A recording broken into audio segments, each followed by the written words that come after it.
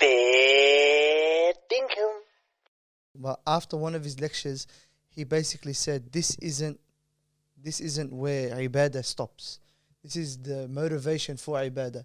So when people watch your lectures, or when they see, final signs of the last day and all that sort of stuff, and they think, like, I stayed up all night, I missed Fajr, but I was watching this, Very a lot of point. people, Like, I wanted you to touch on, for example, just like differentiating ibadah itself and seeking knowledge and using lectures as a motivation rather than a form of worship. Yeah, you're right. Yeah. We come back to this. Okay, I've got a question myself. Ask, why am I listening to this? And what is the purpose of it? Am I listening because it makes me feel good?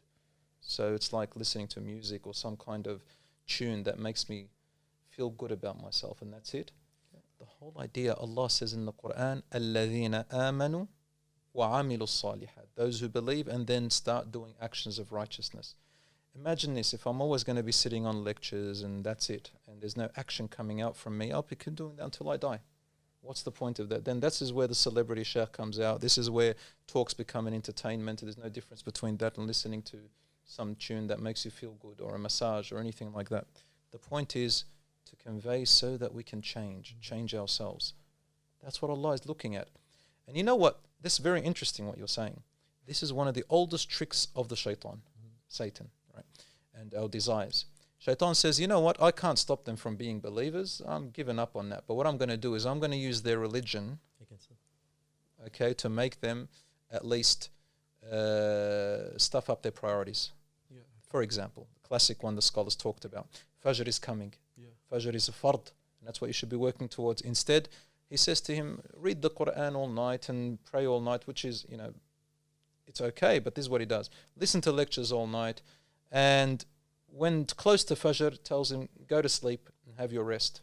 Then he's too tired to wake up for Fajr, but then the shaitan says, at least you stayed up the night, listen to a lecture. But the whole idea of that is to make a change so that you can focus on your priorities.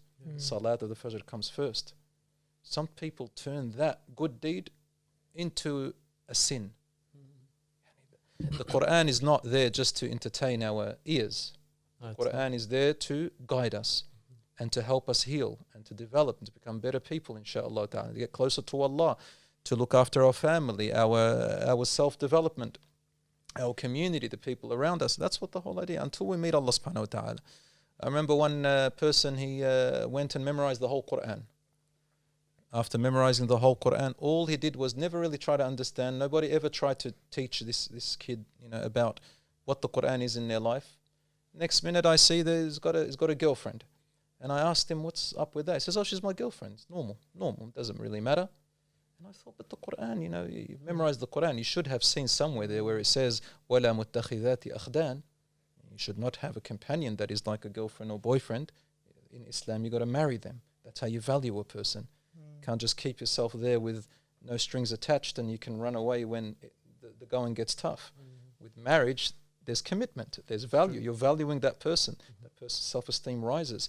You can't just walk away without the rights being met. It's not that easy, right? That's how you value the human being. This brother actually had no clue. He was genuinely thought it was okay. He memorized the whole Quran. This is the point. The Sahabas, they used to memorize a little bit of the Quran, and apply it.